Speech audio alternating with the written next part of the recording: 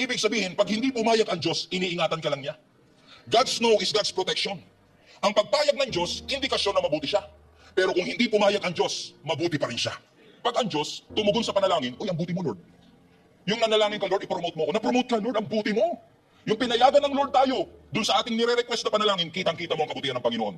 Ang tanong ko sa iyo, kapatid, kitang-kita mo pa rin ba ang kabutihan ng Panginoon pag di siya pumayag? Kasi pag pumayag siya, talagang ang buti niya. Ang praise and worship mo, taas talaga ng kamay mo, Lord, thank you, na-promote ako. Lord, thank you, ang dami kong pera sa bank account. Pero pag hindi pumayag ang Panginoon, nakikita pa rin po ba natin ang kanyang pag-ibig? Kapag sinabi ng Panginoon, that's not your door. That's not your opportunity. That is not your season. Hindi mo marinig. Lord, ano ba yan? Sino ba yun?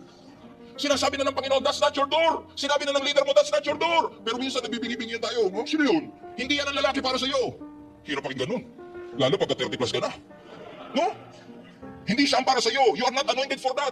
Bakit? Hindi po lahat ng pintuan bukas para sa atin. Hindi lahat ng tao nakangiti para sa atin. Hindi lahat ng situation ay para sa atin.